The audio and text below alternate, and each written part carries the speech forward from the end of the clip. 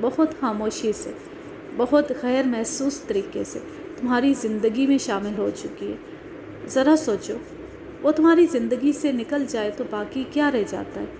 مستان کو کسی پہلو چین نہیں آ رہا تھا۔ کبھی اس کا دل چاہتا ابھی اسی وقت توشا کو فون کر دے اور بتا دے کہ اس پر کیا بیت رہی ہے، پھر خود ہی اپنی نفی کر دیتا کہ یہ بھی کوئی وقت ہے فون کرنے کا، آدھی سے زیادہ رات بیت چکی ہے، وہ کیا سوچے گی۔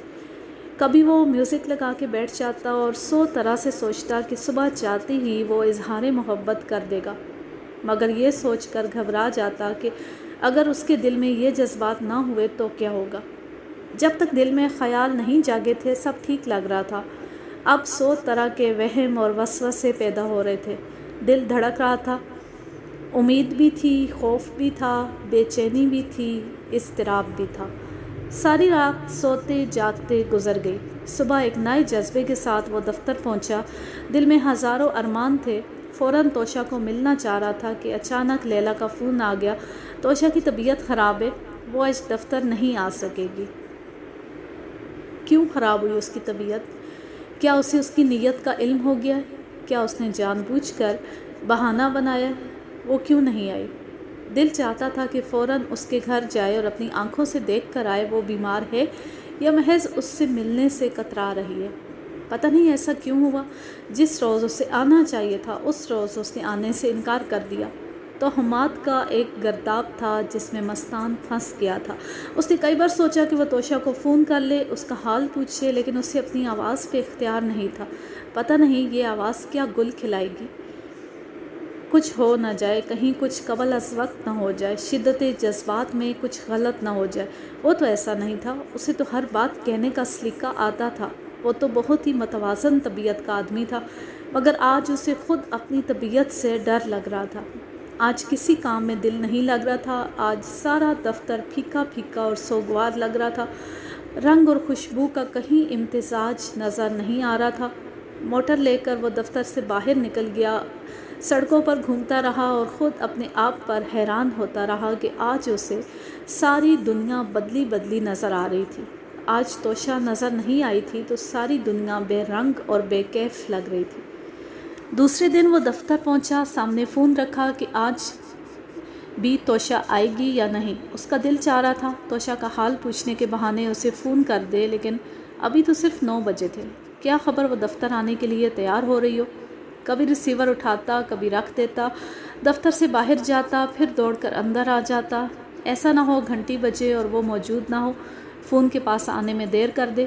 پھر اس نے خود ہی فیصلہ کیا اگر آج بھی نہ آئی یا لیلا کا فون آ گیا تو وہ خود اسے پوچھنے آ جائے گا، اس کے گھر جائے گا اور وہاں سلیقے سے بات چھیڑے گا۔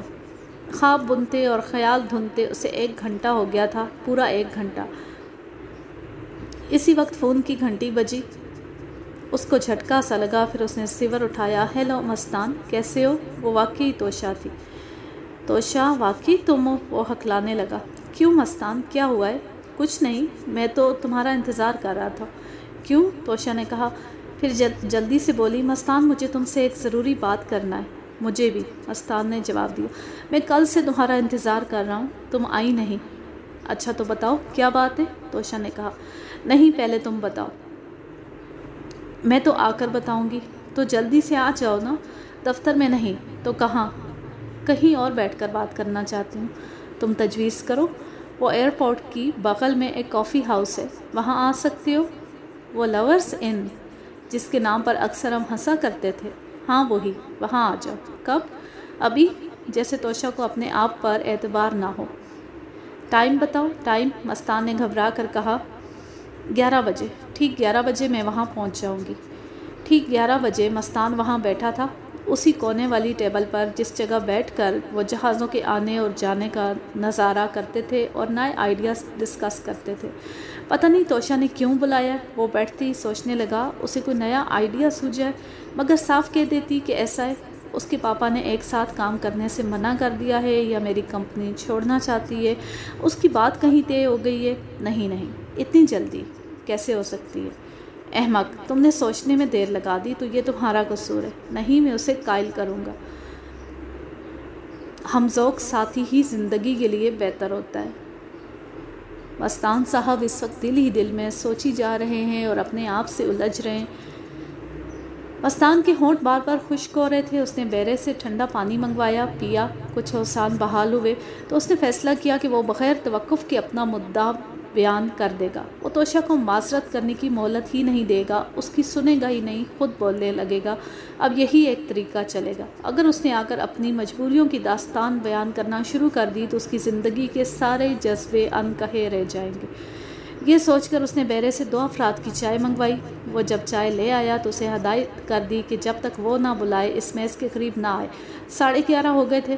اب صبر نہیں ہو سکتا تھا، گھبراہٹ بڑھ رہی تھی۔ اس نے اپنے لیے چائے کی پیالی بنائی، ابھی ہونٹوں تک نہیں لے گیا تھا کہ سامنے سے توشا آتی نظر آئی۔ اس نے سفید لباس پہنا ہوا تھا اور شکل سے پریشان نظر آ رہی تھی۔ اس نے ہال کے اندر چاروں طرف گھوم کر دیکھا۔ اس وقت مستان کے علاوہ وہاں کوئی نہیں تھا۔ وہ اس کی میز کی طرف بڑھی، آ کر اس کے سامنے بیٹھ گئی۔ آج پل پر کوئی ایکسیڈنٹ ہو گیا تھا، بڑا رش تھا، مجھے تھوڑی سی دیر ہو گئی۔ کوئی بات نہیں، مستان بولا، میں تو 11 بجے سے تمہارے انتظار میں بیٹھا ہوں۔ اچھا، توشا نے اپنے آپ کو ریلیکس کیا اور بولی، تم کیا کہنا چاہتے ہو؟ مستان کا دل دھک دھک کرنے لگا۔ پتہ ہے توشا، پرسوں رات کیا ہوا؟ مجھے اچانک احساس ہوا کہ میں تم سے محبت کرنے لگا ہوں۔ توشا نے حیرت سے اس کی طرف دیکھا اور پھر اپنی آنکھوں پر اپنے دونوں ہاتھ رکھ لیے۔ توشا، اس کو مذاق نہ سمجھو۔ مستان نے اس کے دونوں ہاتھ پکڑ کر آنکھوں سے ہٹا دیے۔ پرسوں شام جب میں گھر گیا تو مجھے ابو سے ڈانٹ پڑی۔ اس کے بعد اس نے اپنے والدین کے ساتھ ہونے والی ساری گفتگو توشا کو بتائی۔ توشا، جب تک انہوں نے تمہارا نام نہیں لیا تھا مجھے کچھ اندازہ ہی نہیں تھا۔ جب میں اپنے کمرے میں تنہا ہوا تو تم نے مجھے چاروں طرف سے گھیر لیا۔ ایک پل نہ سو سکا، ایک پل مجھے قرار نہ آیا۔ میں حیران تھا، کیا محبت اس طرح ہوتی ہے؟ راتوں رات بدل کے رکھ دیتی ہے، دبے پاؤں سانسوں میں شامل ہو جاتی ہے، پتہ ہی نہیں چلتا۔ اچانک ایک دن ہلچل مچا کے رکھ دیتی ہے۔ توشا نے زور زور سے ہنسنا شروع کر دیا۔ ابھی تک توشا کے ہاتھ مستان کے ہاتھوں میں تھے۔ مستان نے سب کچھ جلدی جلدی اس لیے کہہ دیا تھا کہ توشا کو عذر تراشنے کا موقع نہ مل سکے اور اس کے دل میں کوئی پچھتاوا نہ رہ جائے کہ اس کی بات انکہی رہ گئی ہے۔ کیوں ہنس رہی ہو؟ اس نے توشا کے ہاتھوں پر دباؤ ڈال کے پوچھا۔ توشا نے اپنے ہاتھ چھڑائے نہیں۔ بارش کی پہلی فوار کی طرح اس کی ہنسی پھیلتی رہی۔ بولو نا، مستان نے اس کے ہاتھوں کو پھر جھٹکا دیا۔ توشا نے ہنستے ہنستے آنکھیں بند کر لی۔ کتنی پریشان تھی وہ کہ کیوں کر اظہار محبت کا آغاز کرے گی، اس کے دل کا حال کیسے جانے گی، کتنے سوالوں میں اس ایک سوال کا جواب حاصل کرے گی جو اس کے لیے حاصل زندگی بن گیا ہے۔ عورت ہوتے ہوئے شروعات کہاں سے کرے گی؟ اسی لیے تو اس نے اس دور دراز ریسٹورنٹ کا انتخاب کیا تھا۔ اس نیم تاریک حال میں ہجوم بھی نہیں ہوتا۔ یا تو یہاں دل شکستہ لوگ آتے ہیں یا دل کے ہاتھوں مجبور ہو کر۔ توشا، اب مستان کو الجھن ہو رہی تھی۔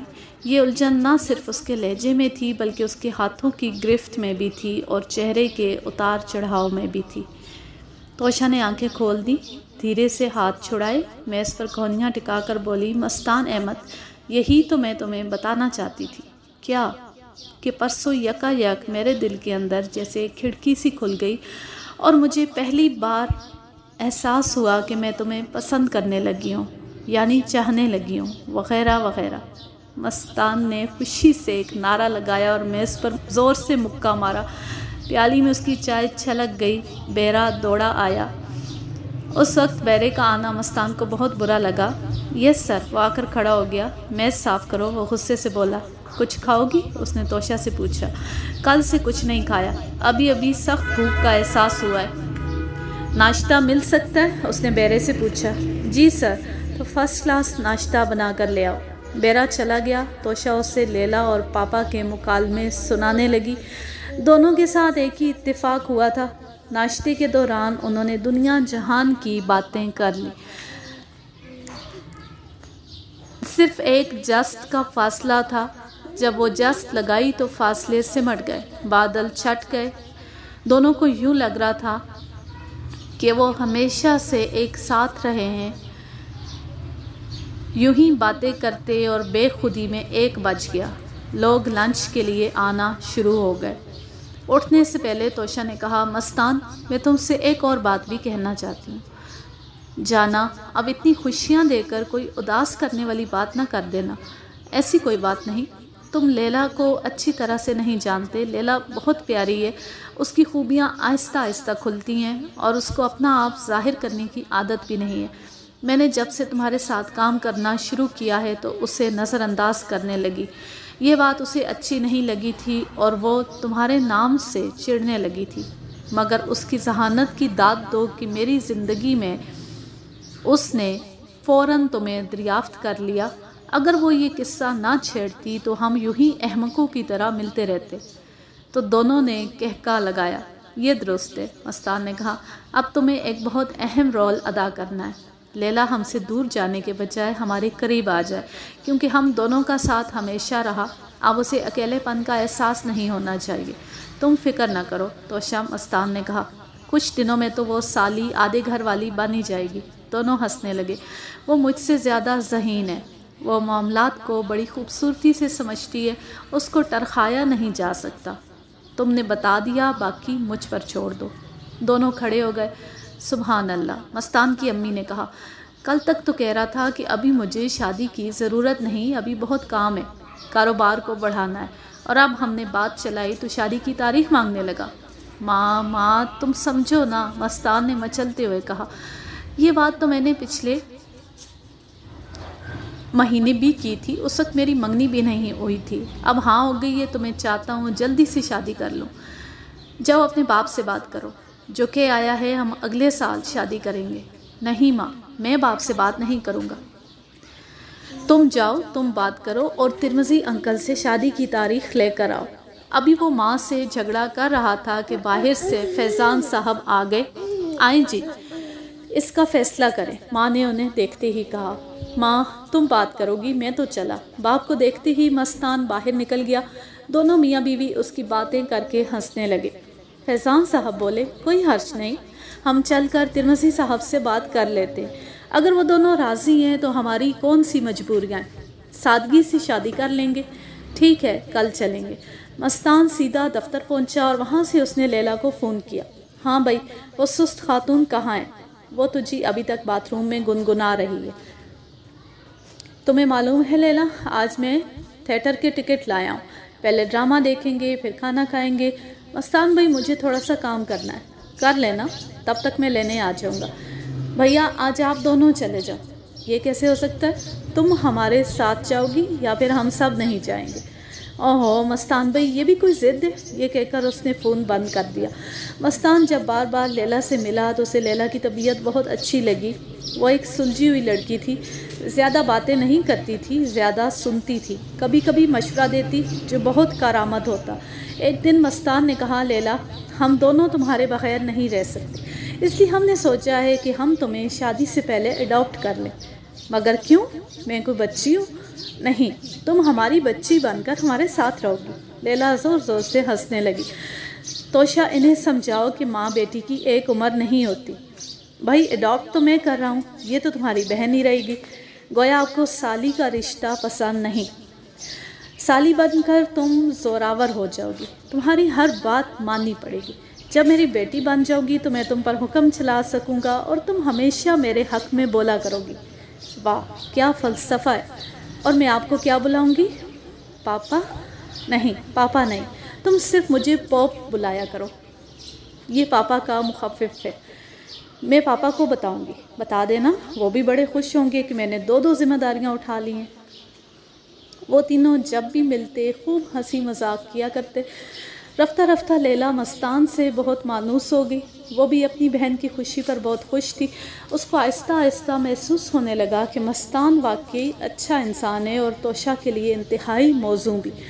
تبھی وہ مذاق مذاق میں بہت کچھ کہہ دیا کرتی تھی۔ مستان نے اپنے والدین سے تو کہہ دیا تھا کہ شادی کی تاریخ مانگ لے۔ اس زمن میں بھی اس نے لیلا ہی کا سہارا لیا اور اس کو اپنے حق میں ہموار کر لیا تاکہ وہ ترمزی صاحب کو قائل کر سکے۔ آنے والے چند مہینوں میں وہ توشا کی شادی کر دے۔ ترمزی صاحب کو بظاہر کوئی اعتراض نہیں تھا، وہ تو دل سے چاہتے تھے کہ دونوں بچیوں کی شادیاں جلدی ہو جائیں۔ جب دباؤ بڑھا تو انہوں نے تاریخ دے دی۔ اس شادی سے صرف ایک شخص ناخوش تھا اور وہ مستان کا جگری دوست قدرت اللہ تھا۔ قدرت اللہ گاؤں سے لے کر یونیورسٹی تک مستان کا کلاس فیلو رہا تھا۔ ہاسٹل کے ایک کمرے میں رہتے تھے۔ قدرت اللہ بہت مختلف فطرت کا لڑکا تھا۔ ایڈورٹائزنگ کمپنی بنانے کا آئیڈیا بھی قدرت اللہ کا تھا۔ دونوں نے مل کر کمپنی بنائی اور کام شروع کر دیا۔ بعد میں توشہ اور چند کلاس فیلوز بھی ان کے ساتھ آ گئے۔ اب تک انہوں نے اخبارات اور کئی چھوٹے چھوٹے اشتہارات بنائے تھے جو بہت پسند کیے گئے تھے۔ قدرت اللہ کے بارے میں مشہور تھا کہ وہ عورت ذات سے نفرت کرتا ہے۔ کلاس میں بھی لڑکیوں کے ساتھ اس کا رویہ بڑا ہتک آمیز ہوتا تھا۔ شروع میں جب قدرت اللہ نے توشہ اور مستان کو ایک ساتھ گھومتے پھرتے دیکھا تو اس نے یہ کہنا شروع کر دیا، یار کیا اس گنگا جمنی لڑکی کو لٹکائے پھرتے ہو؟ جلدی فارغ کرو اس کو۔ کیا مطلب ہے تمہارا؟ مستان حیران ہو کر پوچھتا۔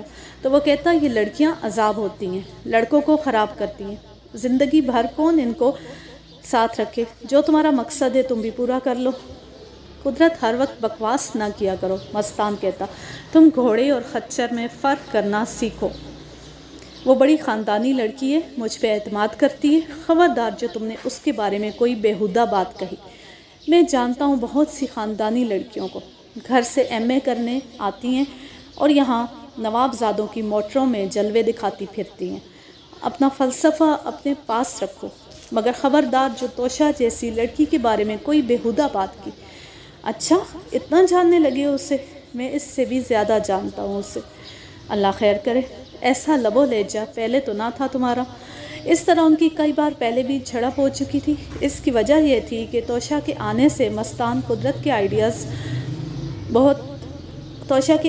پہلے مستان قدرت کے آئیڈیاز بہت پسند کرتا تھا۔ حقیقت میں قدرت کے پاس ہمیشہ بے شمار انوکھے آئیڈیاز ہوتے تھے، بڑی دور کی کوڑی لاتا تھا، انوکھی تجاویز ہوتی تھیں، لیکن مستان کی جب سے توشہ سے ملاقات ہوئی تھی، توشہ کے خیالات کا مداح ہو گیا تھا اور قدرت اللہ کو یہ بات بالکل اچھی نہیں لگی تھی۔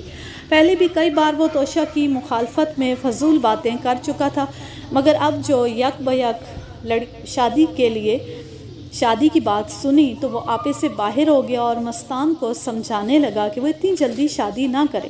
اس لڑکی کے بارے میں اتنی جلدی سنجیدہ ہونے کی ضرورت نہیں ہے۔ مستان نے بھی اسے دو ٹوک کہہ دیا کہ یہ اس کا اپنا فیصلہ ہے، اگر اس نے مزید کچھ کہا تو ان کی دوستی میں دراڑ آ جائے گی۔ قدرت اللہ ایک پسماندہ گاؤں سے تعلق رکھتا تھا۔ اس کا باپ کوئی معمولی سے کام کرتا تھا، اس کے گھر میں کوئی بھی تعلیم یافتہ نہیں تھا، اس لیے وہ مستقل شہر میں رہتا تھا اور شہر کے اندر مستان جیسے ایک دوست کی اسے ضرورت رہتی تھی۔ اس لیے وہ مستان کو مشورہ تو دے سکتا تھا مگر خود اس پر عمل نہیں کر سکتا تھا۔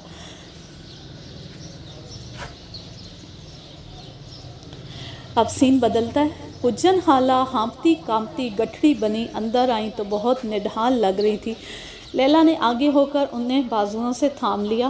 ارے حجن خالہ خود ہی آ گئیں، ہم تو آپ کو ڈرائیور بھیجنے والے تھے، تم لوگ میرا مردہ خراب کرو گے۔ وہ صوفے پر بیٹھ گئیں، دم لینے لگی۔ لیلا نے نوکر کو آواز دی کہ پہلے ان کے لیے پانی لے کر آئے۔ یوسف میری کب سنتا ہے؟ وہ پانی پی کر پھر بولنے لگی۔ اتنے میں ترمذی صاحب بھی آ گئے۔ ہاں میری خالہ آ گئی، آ کر ان کے قدموں میں بیٹھے، سر پر ہاتھ پھروایا، پھر صوفے پر بیٹھ گئے۔ بھائی مبارک ہو یوسف میاں، بیٹی کی شادی مبارک ہو، نصیبوں والی ہو، اللہ تمہیں اس کی اولاد دکھائے۔ ماشاءاللہ کب رشتہ طے ہوا؟ رشتہ تو خالہ اللہ کی طرف سے ہی فوری طے ہو گیا، لیکن میری عمر پر رحم کھاؤ، میری عمر کے تو درخت بھی سوکھ گئے، بس دعا کرو اب اللہ مجھے اٹھا لے۔ خالہ جی، ترمذی صاحب ہنستے ہوئے اٹھ کھڑے ہوئے، اب میں اس عمر میں یہ دعا کروں کہ اللہ میری خالہ کو اٹھا لے؟ اللہ تو کہے گا میاں میرے کام میں دخل اندازی کرنے لگے ہو، دنیا میں کوئی کام نہیں رہا تمہارا، تم خود ہی آ جاؤ۔ ہے اللہ نہ کرے تمہارے منہ میں خاک، میاں میرے سامنے ایسی باتیں نہ کرو، یہ سننے کی مجھ میں تاب نہیں۔ اللہ تمہیں اور تمہاری بچیوں کو ہزاری عمر دے، بخت دے اور بلند کرے۔ اچھا اب گھر کو سنبھالو اور بچی کو رخصت کرو۔ یہ کہہ کر ترمذی صاحب باہر چلے گئے۔ لیلا پاس آ کر بیٹھ گئی۔ کہاں طے ہوئی یہ شادی بیٹا؟ لیلا ان کو ساری تفصیل بتانے لگی۔ ایک ایک بات سن کر حجن خالہ دعائیں دیتی رہی اور ساتھ ساتھ روتی بھی جاتی، یہ کہہ کر کہ کاش آج میری پتہ نہیں ترمذی صاحب کی والدہ کو وہ کیا کہتی تھی، کیونکہ یہ آگے لفظ مٹا ہوا ہے، کہ وہ زندہ ہوتی تو کتنی خوش ہوتی۔ دیکھو بیٹا، اللہ کتنا بے نیاز ہے، میرے جیسوں کی عمر دراز کرتا چلا جاتا ہے، جن کی دنیا کو ضرورت بھی نہیں ہوتی، جو محض زمین کا بوجھ ہے، مگر تمہاری ماں کو بے وقت بلا لیا۔ کیسے کیسے نہ ارمان تھے اس کے دل میں۔ لفافوں سے لدی ہوئی توشہ دروازے میں نمودار ہوئی۔ آہا، حجن خالہ آ گئیں، یہ کہہ کر لفافے اس نے قالین پر پھینکے اور آ کر ان سے لپٹ گئی۔ ماں کے مرنے کے بعد جس طرح حجن خالہ نے دونوں بچیوں کو سنبھالا تھا، ان پر جان چھڑکتی تھی وہ۔ ترمذی صاحب نے انہیں ایک اور حج کروایا تھا۔ اب کچھ عرصہ سے حجن خالہ گاؤں میں چلی گئی تھیں، کہتی تھیں شہر میں دم گھٹتا ہے۔ توشہ نے محسوس کیا کہ حجن خالہ صرف ہڈیوں کا پنجرہ رہ گئی ہیں۔ حجن خالہ توشہ کو لپٹا کر دعائیں دینے لگی۔ جگ جگ جیو، سدا سہاگن رہو، گھر آنگن کا بخت دیکھو، بچوں کا پیار دیکھو، ٹھنڈی چھاؤں میں رہو۔ بس بس حجن خالہ، ذرا دعائیں مختصر کر دیں، مجھے آپ سے بہت سی باتیں کرنی ہیں۔ حجن خالہ ہنسنے لگی، اس کی وہی عادت رہی۔ ارے تیرا دلہا بھی ہنس مکھ ہے کہ نہیں؟ بڑا ہنس مکھ ہے حجن خالہ، لیلا بولی۔ آپ دیکھیں گی تو آپ کو بہت پسند آئے گا۔ مجھے کب دکھتا ہے بچی، بس آواز سے پہچان لیتی ہوں۔ اور وہ جو اینک بنوا کے دی تھی، لیلا بولی۔ اینک سے میرا جی گھبراتا ہے۔ لیلا، اب خالہ کو لینزز نہ لگوا دیں؟ نہیں، مارچ میں خالہ کا آپریشن کروا دیں گے، اب ان کا موتیا پک گیا ہے۔ ارے بچیوں، بس دعا کرو۔ میں چپ کرو خالہ، ابھی تم نے لیلا کی شادی بھی دیکھنی ہے۔ توشہ بولی۔ حجن خالہ، سنا ہے پچھلے دنوں آپ کی بہو آئی ہوئی تھی آپ کو ملنے؟ یہ سنتی ہی حجن خالہ خاموش ہو گئیں، بلکہ ان کی آنکھوں سے بے رنگ سے آنسو گرنے لگے۔ حجن خالہ کی بہو نے انہیں کبھی دل سے قبول نہیں کیا تھا۔ وہ کہتی تھی میں ایک اعلیٰ خاندان کی لڑکی ہوں، اور اس عورت کے چہرے پر لکھا ہے کہ یہ گجری ہے، یہ کمذات ہے۔ عبدالشکور بیوی کے ہاتھوں میں کھلونا بن چکا تھا، اوپر تلے 3 بیٹیاں ہو گئیں تو اور بھی مجبور ہو گیا۔ جب ترمذی صاحب نے بھی اسے سمجھانا شروع کر دیا تو اس کی بیوی کو بہت برا لگا۔ وہ اپنے باپ کا اثر و رسوخ استعمال کر کے اسے لیبیا لے گئی۔ وہ عرصہ دراز سے پاکستان نہیں آیا تھا، نہ ماں سے اس کا کوئی رابطہ تھا۔ حجن خالہ اس کی اور اس کے بچوں کی صورت دیکھنے کو ترستی رہتی تھی۔ پچھلے دنوں وہ پاکستان آئی ہوئی تھی، اس کے ہاں بیٹا پیدا ہوا تھا۔ حجن خالہ بے حد خوش ہوئی، پوتے کی صورت دیکھنے اس کے ماں باپ کے گھر پہنچ گئیں۔ انہوں نے بہو اور پوتے کو چھپا لیا اور ان سے کہہ دیا کہ وہ واپس چلے گئے۔ بہو کہتی تھی میں اپنے بیٹے پر اس عورت کی پرچھائی نہیں ڈالنا چاہتی، زہر لگتی ہے مجھے یہ عورت۔ جب حجن خالہ نے یہ ساری باتیں لیلا اور توشہ کو بتائیں تو دونوں بہت دکھی ہوئیں۔ پھر توشہ بولی، چھوڑو خالہ، ہم جو آپ کی بیٹیاں ہیں۔ ہاں تم تو ہو، مگر اپنے کوکھ کے جنے کو کیسے بھول جاؤں؟ کتنی عجیب بات ہے حجن خالہ، لیلا بولی۔ آپ سے وہ شدید نفرت کرتی ہے، آپ کو وہ کمذات کہتی ہے، تو آپ کے بیٹے پر کس حساب میں قبضہ کیا ہوا ہے؟ اسے کس کھاتے میں اپنی جاگیر بنا رکھا ہے؟ بس بیٹی، رہنے دو، کیا پڑا ہے ان باتوں میں؟ جتنی بار کریں گے اتنی بار دکھ ہوگا۔ پھر بات بدل کر بولی، ارے کیا لائی ہو بازار سے، دکھاؤ تو صحیح۔ حجن خالہ زیورات لائی ہوں، آئیں آپ کو دکھا دوں۔ توشہ ڈبے کھول کھول کر حجن خالہ کو دکھانے لگی۔ حجن خالہ کو ٹھیک طرح سے نظر نہیں آتا تھا، اس لیے وہ ہاتھوں سے ٹٹول کر دیکھتی جاتی اور رکھ دیتی۔ لیلا اٹھ کے کھانا لگوانے چلی گئی۔ ٹیلی فون کی گھنٹی بجی تو کام کرتی لیلا نے لپک کر اٹھا لیا۔ ارے مستان بھائی، سنائیے، خیریت ہے؟ ذرا توشہ کو فون پر بلاؤ۔ مستان بولا، شادی میں 1 ہفتہ باقی ہے، اب ذرا صبر سے کام لے کر دیکھیں۔ لیلا، ایک بہت ضروری بات کہنا ہے اس سے۔ کوئی ضرورت نہیں، اب شادی کے بعد بات کریں۔ لیلا میری پتری، بات کروا دینا۔ مستان خوشامد کرنے لگا، قسم سے اشد ضروری بات ہے۔ نو پاپ، لیلا بولی، آج بات نہیں ہو سکتی۔ لیلا، وہ خوشامد سے بولا، صرف 1 منٹ بات کروں گا، پیاری بہن، بلا دینا۔ توشہ غسل خانے سے باہر نکل آئی. اسے دیکھتی ہی لیلا ہنسنے لگی. کس کا فون ہے؟ توشہ نے پوچھا. لیجئے، آ گئی ہے آپ کی محبوبہ. یہ کہہ کر لیلا نے توشہ کو فون دے دیا. ہاں مستی، کیا بات ہے؟ توشہ تم سے ملنا بہت ضروری ہے. کچھ تو خدا کا خوف کرو، اب میں نہیں مل سکتی. ایک بہت ضروری بات رہ گئی ہے، پھر بتا لینا. نہیں، شادی سے پہلے بتانا ضروری تھی. کوئی بات نہیں، شادی کی رات بتا دینا. اچھا، اس رات کو میں ایسی باتوں میں ضائع کروں گا؟ کیسی بات ہے بھائی؟ توشہ حیران ہوئی.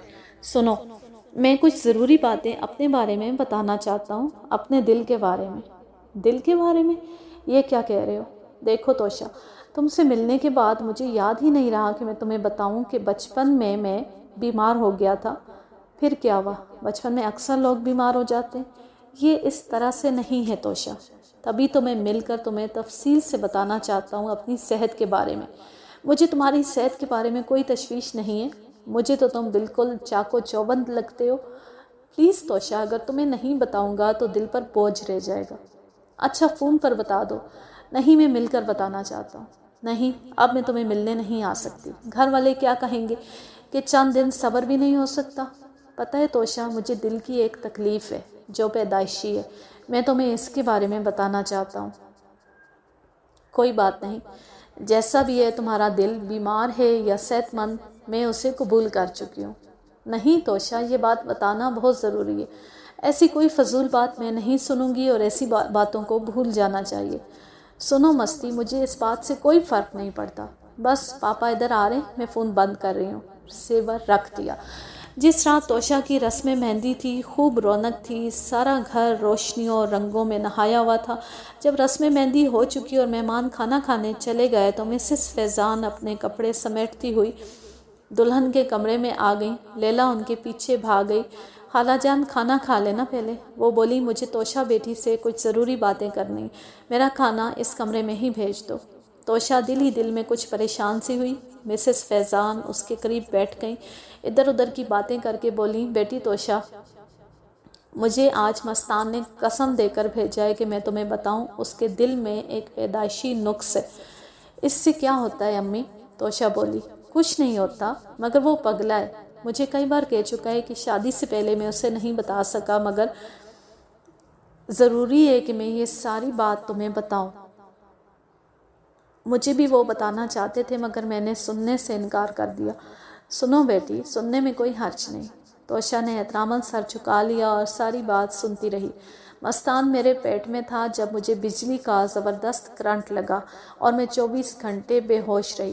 اللہ کے کرم سے بچہ ٹھیک ٹھاک پیدا ہو گیا، مگر جب اسکول داخل کرایا تو حیرت انگیز واقعات ہونے لگے.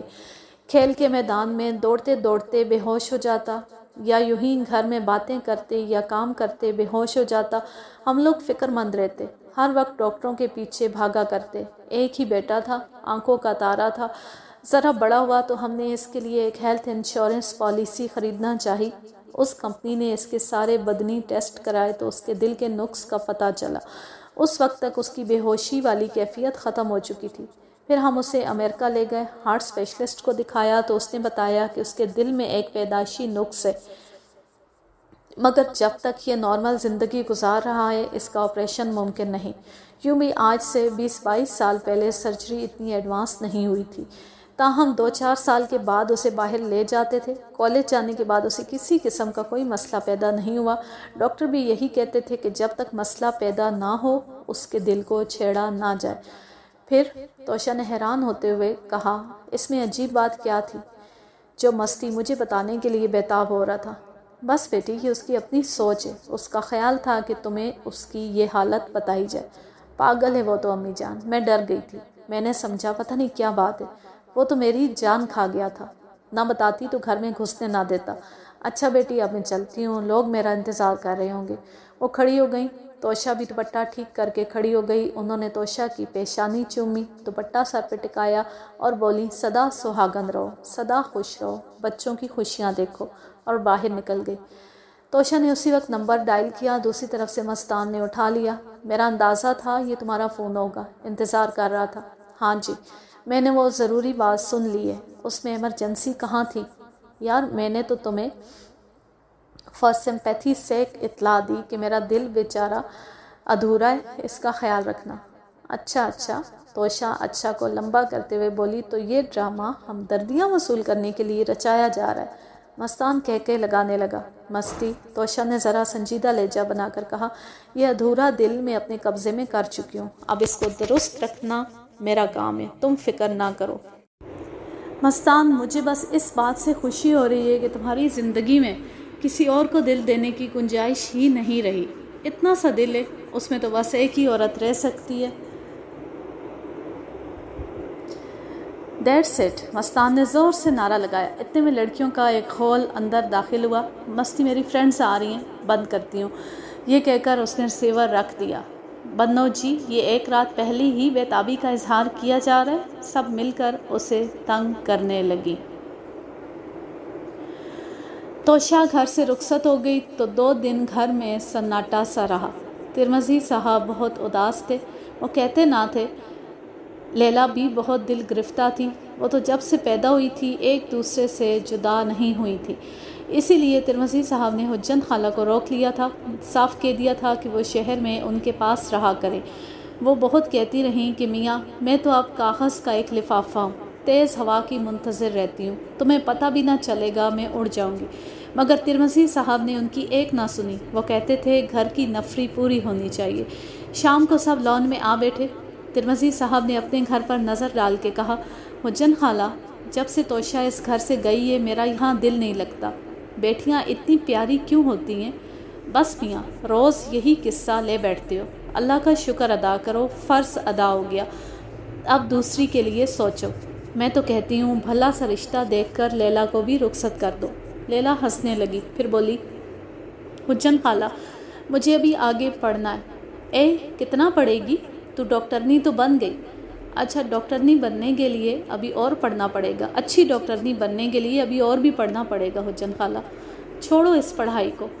پاپا، جیسے لیلا کو کوئی بات یاد آ گئی، شادی کے ہنگاموں میں مجھے آپ کو بتانا یاد ہی نہیں رہا، پچھلے ہفتے ڈاکٹر فلپ آئے تھے۔ اچھا؟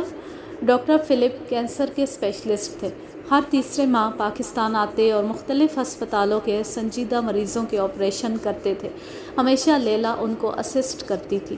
لیلا بھی کینسر سرجری میں اسپیشلائز کرنا چاہتی تھی، اس لیے آج کل ایک کینسر ہاسپٹل میں جاب کر رہی تھی۔ ہاں پاپا، میں نے ان کی معرفت اپنے داخلے کے فارم بھیج دیے ہیں۔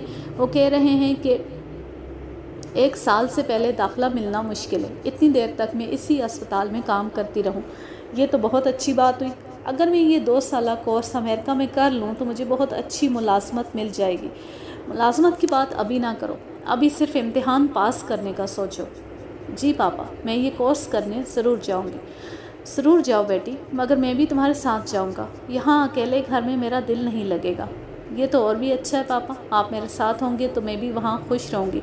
چھٹی کے دن ہم خوب سیریں کیا کریں گے۔ اور سنو میاں، تم تو خود بچہ بن گئے، تم بھی چلے جاؤ گے تو یہ گھر کون سنبھالے گا؟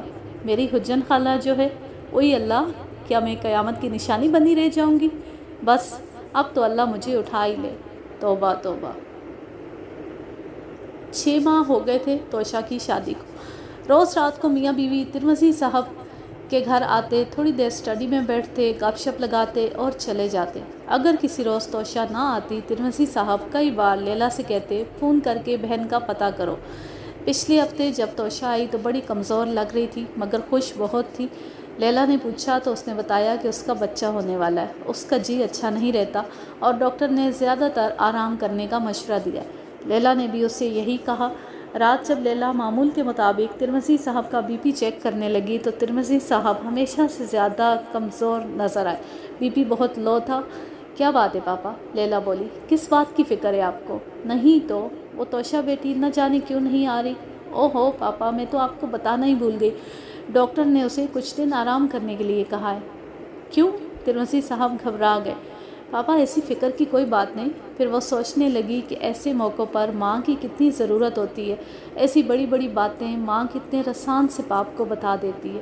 اب وہ کیسے بتائے؟ میری توشا کو کیا ہوا ہے، بولو نا۔ پاپا آپ بالکل بچوں کی طرح ہو گئے، لیلا بولی، ذرا بھی حوصلہ نہیں ہے آپ میں۔ بات تو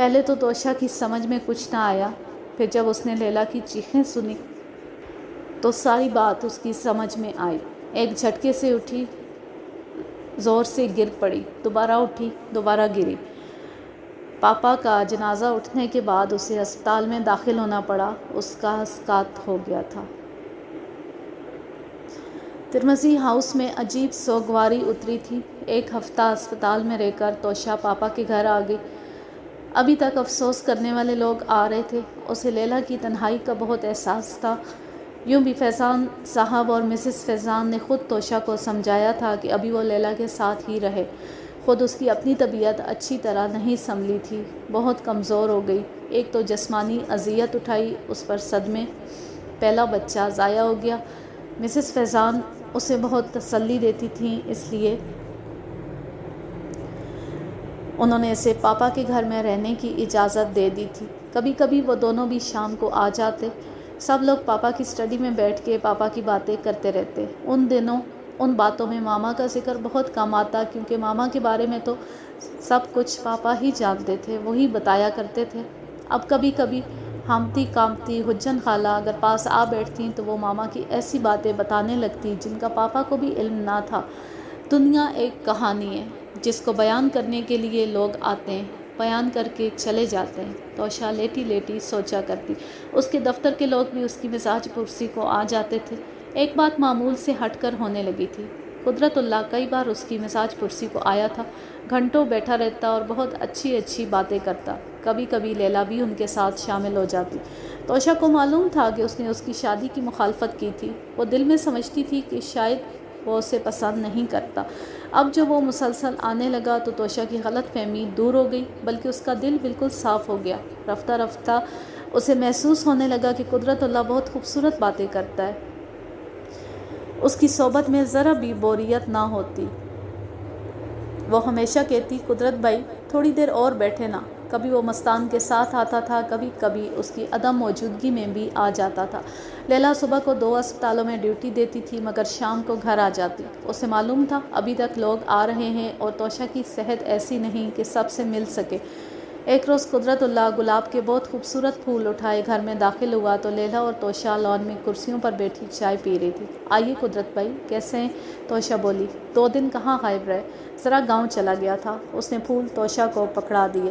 یہ گاؤں کے پھول ہیں، کتنے خوبصورت اور خوش رنگ ہیں۔ نہیں، یہ شہر کے پھول ہیں، تبھی اتنے خوش رنگ اور خوبصورت ہیں۔ یہ بات اس نے لیلا کو دیکھ کر کہی۔ توشا ہنسنے لگی۔ آپ کہاں سے لے آئے ہیں ایسے پھول؟ ایک دوست کے گھر گیا، لگے ہوئے تھے، بے اختیار مانگ لیے۔ لیلا کھڑی ہو گئی۔ چائے پئیں گے؟ ضرور پیوں گا۔ لیلا صاف پیالی لینے چلی گئی۔ توشا نے پہلی مرتبہ محسوس کیا کہ قدرت اللہ لیلا کو جاتے ہوئے دیکھتا رہا، اور جب وہ پیالی لیے ہوئے آئی تب بھی اس کے ایک ایک انداز کو دیکھ رہا تھا۔ لیلا نے چائے بنا کر قدرت کو پکڑائی۔ آپ کو پھول پسند نہیں ہیں؟ قدرت نے ہچکچاتے ہوئے لیلا سے پوچھا۔ پھول تو ایسی چیز ہے جو سب کو پسند ہوتے ہیں، مگر میں ان کی دیوانی نہیں ہوں، بس شاخ پہ ہوں تو اچھے لگتے ہیں، لیلا نے جواب دیا۔ اس معاملے میں لیلا بور ہے قدرت بھائی، توشا نے کہا۔ اسے بوریت نہ کہیے، یہ پھولوں کی ہم سب سے زیادہ قدردان ہیں، کیونکہ یہ انہیں شاخوں پہ دیکھنا چاہتے ہیں۔ شاخ پر سے بھی تو پھول نے مرجھا کر گرنا ہوتا ہے، کیوں نہ پہلے توڑ لیا جائے؟ توشا بولی۔ لیکن اس کا جیون اگر اپنی شاخ پر ہی تمام ہو، قدرت نے کہا۔ لو بھائی، میں نے یوں ہی ایک بات کہہ دی اور آپ لوگوں کو موضوع سخن مل گیا۔ لیلا ہنسنے لگی۔ ہماری بوٹنی کی کلاس میں ایسی بہت بحثیں ہوا کرتی تھیں، بحث برائے بحث جس کا کوئی فائدہ نہیں ہوتا۔ اتنے میں مستان سامنے نمودار ہوا۔ ارے قدرت! اس نے آگے آ کر قدرت سے ہاتھ ملایا۔ بھائی گاؤں چلا گیا تھا، اسی لیے تو سیدھا گھر آ گیا ہوں تاکہ تمہیں بتا سکوں کہ مجھے اچانک جانا پڑا۔ یار تو ہمیشہ گاؤں اچانک کیوں جاتا ہے؟ مستان نے ایک آنکھ بند کر کے کہا۔ وہاں سب کچھ اچانک ہو جاتا ہے۔ سب ہنسنے لگے۔ اصل میں وہاں سے کوئی پیغام آئے تو میں ٹالتا رہتا ہوں، اس حد تک کہ پھر ایک دن اٹھ کے بھاگ جانا پڑتا ہے۔ اب مستی کی بات ٹال رہے ہیں قدرت بھائی؟ اچانک کا جواب ہی نہیں دیا۔ قدرت نے بے اختیار لیلا کی طرف دیکھا جو مستان کے لیے چائے بنا رہی تھی۔ اچانک تو شہر میں بھی ہو سکتا ہے، اس کے لیے گاؤں جانے کی کیا ضرورت ہے؟ قدرت نے جھمک کر کہا۔ مستان چائے پیتے ہوئے بولا۔ توشی، یہ اپنا قدرت کچھ مہذب نہیں ہو گیا؟ کیا مطلب؟ توشا بولی۔ کچھ دھیما دھیما، آہستہ آہستہ۔ اچھا بھائی اب میں چلتا ہوں کیونکہ اب میرے بخیے ادھیڑے جائیں گے۔ یہ کہہ کر قدرت کھڑا ہو گیا۔ بیٹھے نا قدرت بھائی، توشہ نے اصرار کیا۔ اتنا مزہ آ رہا تھا آپ کی کمپنی میں، مستی ہمیشہ گڑبڑ کر دیتا ہے۔ لیلا برتن اٹھا کر اندر کو چل دی، بولی مجھے کچھ کام کرنا ہے، اور چلی گئی۔ مستان بھی قدرت کو روکتا رہا، قدرت رکا نہیں، چلا گیا۔ مستی اب وہ سیدھا ہو گیا تو تم اسے تنگ کرنے لگے ہو۔ بیچارہ میرا بہت خیال کرتا ہے، کئی بار آ چکا ہے۔ یہی تو میں کہہ رہا ہوں، غور کرو وہ کیوں مسلسل آ رہا ہے، وہ ایسا بندہ نہیں ہے۔ جانے بھی دو مستی۔ ہاں پہلے میں بھی یہی سمجھ رہا تھا کہ وہ تمہاری ہمدردی میں آ رہا ہے، مگر کیا؟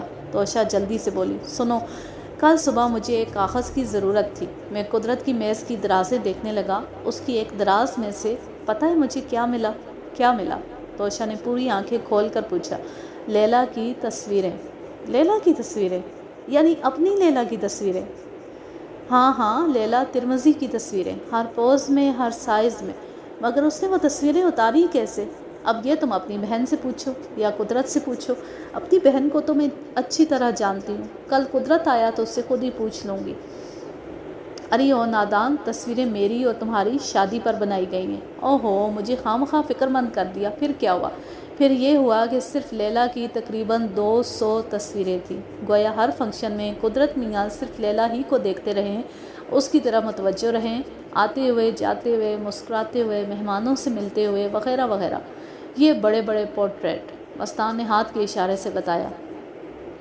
بڑی پیاری ہوں گی، ہے نا؟ مجھے بھی دکھاؤ نا۔ لو اور سنو۔ خداوند وہ سر پکڑ کر بولا، میں کچھ کہہ رہا ہوں بیگم صاحبہ کچھ سمجھ رہے ہیں۔ سوال گندم، جواب چنا۔ بھائی تم خود ہی بتا دو مستی، کیوں بات کو الجھا رہے ہو؟ مجھے تو کچھ دال میں کالا کالا دکھائی دیتا ہے۔ کس کی طرف سے؟ قدرت اللہ صاحب کی طرف سے ہیں۔ اب میں لیتی ہوں آپ سے اجازت، جا رہے ہیں، خوش رہیں، شاد و آباد رہیں، ہنستے مسکراتے رہیں۔ اللہ حافظ، اللہ نگہبان۔